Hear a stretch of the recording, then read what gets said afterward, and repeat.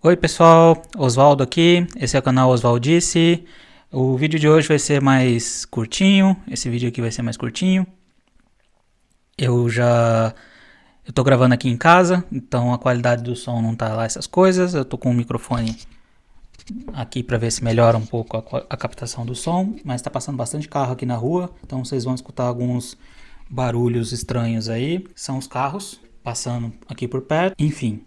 O tópico de hoje, o que eu vou abordar nesse vídeo aqui, uma questão que me chamou a atenção no Twitter, do pessoal criticando a qualidade do código. O desenvolvedor chega num projeto novo, num projeto que já existe, para trabalhar com um projeto que já existe, código legado, escrito por outros desenvolvedores, e aí eventualmente ele entra em contato com aquele código lá e pensa assim, cruz credo, que coisa horrorosa, que código tosco. Que espécie de programador faria esse tipo de coisa?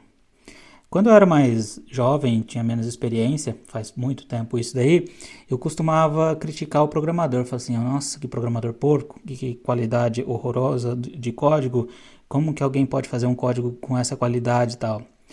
Depois, com o tempo, depois de escrever muito código porco, muito código porcaria, a gente vai entendendo que às vezes a gente escreve um código que não é bom por causa de fatores externos. É a pressão, é o tempo, é o desconhecimento do problema, é o desconhecimento da linguagem, é o desconhecimento de várias coisas que a gente tem naquele determinado momento. E o resultado final é um código bem ruim, assim. E aí você revisita aquele código e por isso que não é tão incomum assim, às vezes você fala assim, nossa, quem foi que fez esse código horroroso aqui? E aí você vai ver, foi você mesmo no passado. Isso é um bom sinal, na verdade, né? É um sinal que você evoluiu, que você melhorou, que você aprimorou suas técnicas de desenvolvimento ao longo do tempo. E olhar para o seu código passado pensando que, nossa, que código horroroso é esse daqui, é um bom sinal no final das contas, né? Aproveite a oportunidade para refatorar ele, assim por diante. Então, para falar sobre esse tópico aqui, eu gostaria de falar sobre, primeiro, o questão de código legado, depois o programador, né, o contexto em que o programador está inserido. Pretendo também falar sobre o ownership do código, né, a propriedade do código, coisas que eu acredito sobre isso, sobre Collective Code Ownership, que é a propriedade coletiva do código, né? E, por último, eu vou falar sobre duas coisas, sobre criticar o código do programador e versus criticar o programador em si. Bom, primeira coisa, vamos falar sobre código legado. Existem várias definições para códigos legados, várias ideias, vários conceitos sobre código legado, mas é uma ideia muito abstrata. Porque se você parar para pensar mesmo, qualquer código que você escreveu agora, ele já é legado, porque ele já é do passado. Então, nessa teoria, qualquer código que você desenvolveu agora e entrou em produção agora, ele já é legado. Vamos ser mais claro, porque se ele não entrou em produção ainda, ninguém está usando ele de verdade. Apesar de muito correta, ela não é muito útil essa definição. E aí você tem definições que é código legado, é aquele código que já foi escrito por outras equipes, por outros times, por outras pessoas. É uma definição, ela é um pouco mais útil do que a anterior, mas eu ainda acho que ela não é muito legal. Eu gosto de trabalhar uma que é bastante útil para mim, que eu peguei num livro que eu vou colocar a referência na descrição, eu não lembro exatamente o título dele, porque é um título longo, mas ele fala sobre lidar com código legado. E aí ele parte da tentativa de definir o que é código legado para ele no contexto daquele livro. E essa definição é bastante útil. Ele basicamente diz que código legado é aquele código que não tem testes automatizados. Ah, mas não é boa essa... Ela tem uma utilidade, ela teve uma utilidade naquele livro. O objetivo do livro é explicar você a lidar com código legado e refatorar ele e trazer ele para um código mais atualizado, mais fácil de ser mantido e assim por diante. E ele faz isso através da adição de testes automatizados ao sistema legado, refatorações e adições de testes ao sistema legado, técnicas desse tipo. É um bom livro, é bem longo, bem extenso, bem denso, não é uma leitura leve, mas é bem importante. Eu vou deixar a referência para ele na descrição desse vídeo aqui. Recomendo no geral. Eu comprei um livro agora também recentemente que trata do mesmo assunto. Me parece ser uma leitura mais leve, mas eu não li o livro ainda. Então eu vou deixar o link, mas esse eu não sei se eu vou recomendar ainda porque eu não li ainda. Bom, então quando eu falo de código legado aqui, eu vou falar de código sem teste. Aí você, como programador, chega lá no projeto e, e olha esse código, esbarra com esse código e você vai tentando entender como ele funciona, tentando ver a sua implementação, e aí você vê lá código bem mal escrito, bem ruim, assim. E aí eu entro no ponto do Collective Code Ownership, que é a partir do momento que você entra num projeto, começa a trabalhar num projeto, aquele código, mesmo o código que você não escreveu, ele passa a ser seu também. Você tem que ter a responsabilidade sobre ele.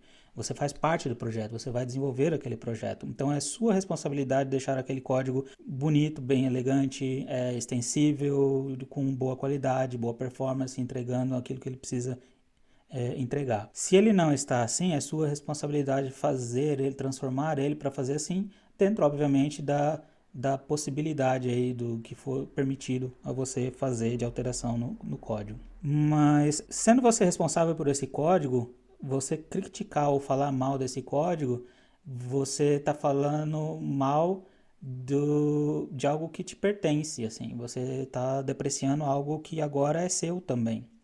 Então não ajuda muito. Ajuda a entender que sim, o código está ruim e que ele pode ser melhorado ou que ele precisa ser melhorado, mas não ajuda muito você culpar alguém ou culpar o desenvolvedor que fez aquele código, ou achar que o código é uma porcaria porque foi feito nas coxas ou na preguiça. É bastante comum quando a gente está desenvolvendo código, a gente está num contexto bastante turbulento, assim, bastante hostil. Então, nesse ambiente hostil, você pode ter um chefe no seu cangote pressionando você para entregar rápido aquele projeto.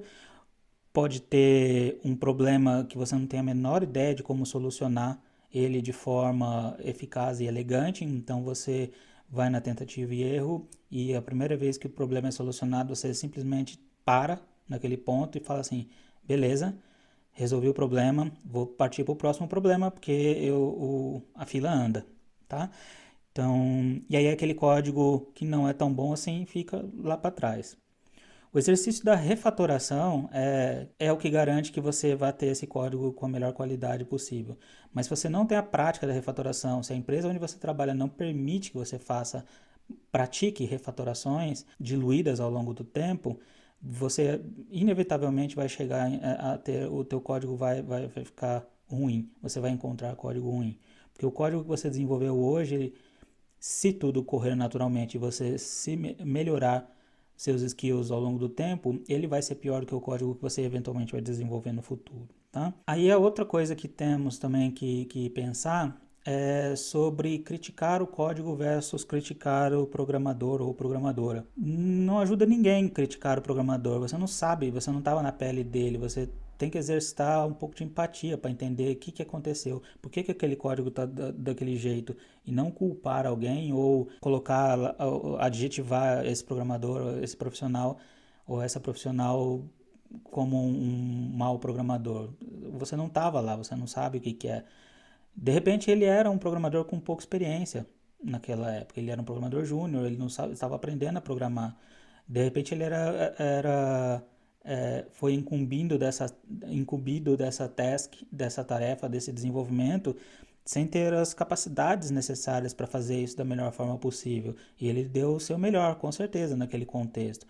Só que o melhor dele, naquele contexto, naquela época, não é ainda o ideal para se desenvolver um bom código. Então, nas equipes que eu formei, nas equipes que eu montei, ou com as quais eu trabalhei, onde eu tinha algum papel de liderança técnica sobre o time, era proibido rodar o comando git blame, que é um péssimo comando.